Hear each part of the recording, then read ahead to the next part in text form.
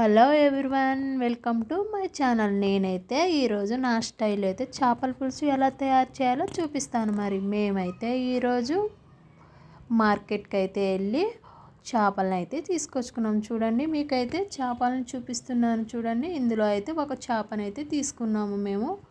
ఇక ఆ చేపను తీసుకొని దాన్ని అయితే క్లీన్ చేపిస్తున్నాం. వాళ్ళు చూడండి ఎంత స్పీడ్గా చేస్తున్నారు. అదే మనమైతే 2 రోజులు చేస్తాం కదా, దాన్ని ఏమి రుద్దుతున్నారు. ఇదే అనుకుంటా చేపను రుద్దినట్టు రుద్దటం అంటే. చూడండి, తోకలు ఈకలు అయితే కత్తితో అయితే ఎలా కొడుతున్నారో, తలకాయని చూడండి ఎలా కోస్తున్నారో. అదిగో కోసేసారు. మనకి ఎంత సైజు ముక్క కావాలంటే అంత సైజు అయితే కట్ చేసి ఇస్తారు. ఇక చూడండి, ఇక పెద్ద పెద్ద చేపలను అయితే ఇక్కడ చూపిస్తున్నాను. ఇవి ఒక 2-3 కేజీలు అయితే ఉంటాయి. అవి పెద్ద చేపని ఎవరో ఒకరు తీసుకున్నారు, వాళ్ళు కూడా కట్ చేపిస్తున్నారు. చూడండి, మీకు చూపిస్తున్నాను. ఎంత సైజు ముక్క కావాలంటే అంత సైజు అయితే చాలా స్పీడ్గా అయితే కట్ చేస్తున్నారు. చూడండి ఎంత చకచక కట్ చేస్తున్నారు. టెక్నిక్స్ ఇవి కూడా. అబ్బో, బలెత్త కట్ చేస్తున్నారు.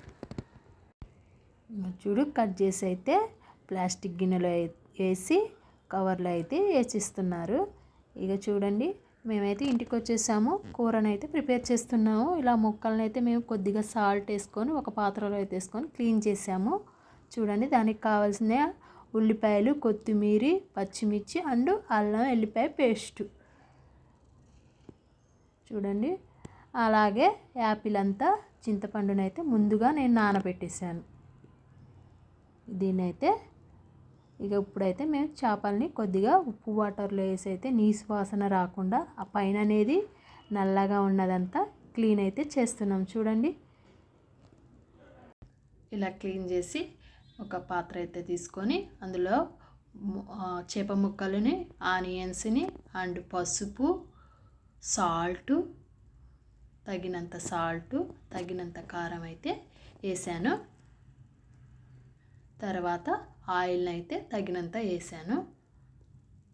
వేసి బాగా అయితే ముక్క చితకకుండా అయితే మిక్సింగ్ చేశాను.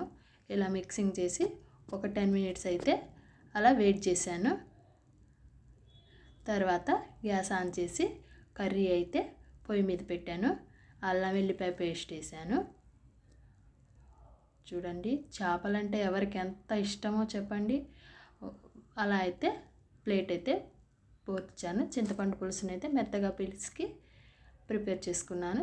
చింతపండు పులుసుని కూడా కర్రీలో అయితే పోస్తున్నారు.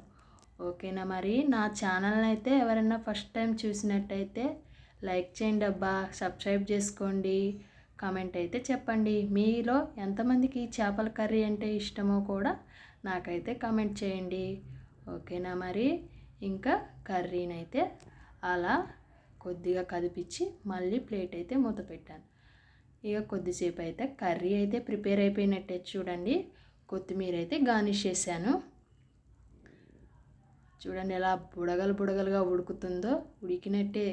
ఇక కూరని అయితే దింపేసుకోవచ్చు. చికెన్ పౌడర్ అయితే వేసేసి కర్రీని అయితే కంప్లీట్ అయిపోయినట్టే కర్రీ. అది ఫిష్ పౌడర్ అయితే వేస్తున్నాను. ఓకేనా, మరి నా ఛానల్ అయితే మీకు నచ్చినట్టయితే లైక్ చేయండి, షేర్ చేయండి, సబ్స్క్రైబ్ చేసుకోండి. మరొక రెసిపీతో మళ్ళీ ముందుకైతే నేను వచ్చేస్తున్నాను. ఉంటానా మరి. చేపల కర్రీ వేసుకొని అయితే వేడి వేడి అన్నంలో అన్నం మొత్తం లాగించేయచ్చు. అంత సూపర్గా కుదిరింది ఈసారి అయితే. ఓకేనా, మరి ఉంటాను మరి. నా ఛానల్ని అయితే లైక్ చేయండి.